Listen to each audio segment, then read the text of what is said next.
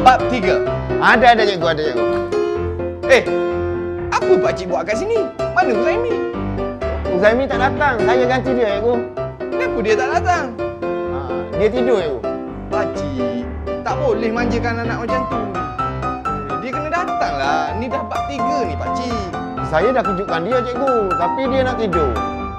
Saya tak nak dia terlepas. Ni mata pelajaran sains bab 3 ni cikgu. Macam mana lah? Dahlah, pakcik seorang je ada. Alah, cikgu mengajar je lah. Kalau saya tak datang, cikgu mengajar seorang-seorang. Tengok, kucing pun tidur. Tak boleh macam ni. Apa nak jadi budak-budak zaman sekarang ni pakcik? Walaupun hujan pakcik, hujan ni bukan penghalang untuk dia datang belajar. Tu baru hujan pakcik. Itulah budak sekarang, hujan sikit tidur, hujan sikit tidur. Mak bapak asyik manjakan anak je. Anak tak cerdik, marah cikgu. Apalah. Saya tak cikgu, saya ganti lah ni, saya datang. Dah agak dah pakcik minat. Saya meluat nak belajar. Tak ada lah, saya nak balik tidur jugalah. Pakcik duduk lah seorang-seorang.